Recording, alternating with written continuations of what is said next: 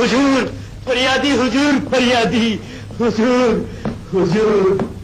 আজ আপনি প্রথম সিংহাসনে বসেছেন, তাই আশা করি আপনি আমার একটি ফরিয়াদ শুনবেন।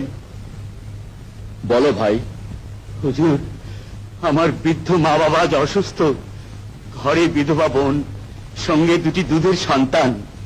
রাজভান্ডার থেকে যে ভাতা আমি পাই তা দিয়ে না পারি আমার অসুস্থ মা বাবার চিকিৎসা করাতে, না পারি আমার বোনের দুধের শিশুদের মুখে দুধ দিতে। সিপাহসালার আলহামদুলিল্লাহ। রাজ সিপাহীরা কত ভাতা পায়? 50 দিনার। 50 দিনার?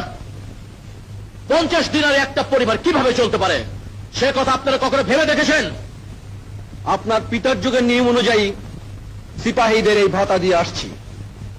আমার পিতার যুগ ছিল আজ থেকে 20 বছর পূর্বে, আর আজ 20 বছর পর সে তুলনায় প্রজাদের সংখ্যা 10 গুণ বৃদ্ধি পেয়েছে। সবকিছুর তাগিদ বেড়েছে, পারেনি শুধু রাজ সিপাহীদের ভাতা।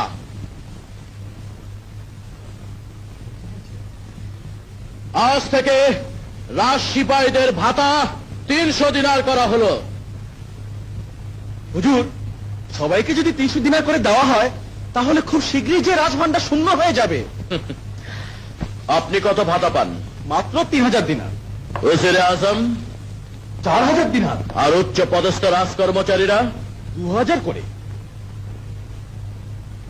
তাহলে আজ থেকে আপনাদের ভাতা কমিয়ে 500 দিনার করা হলো।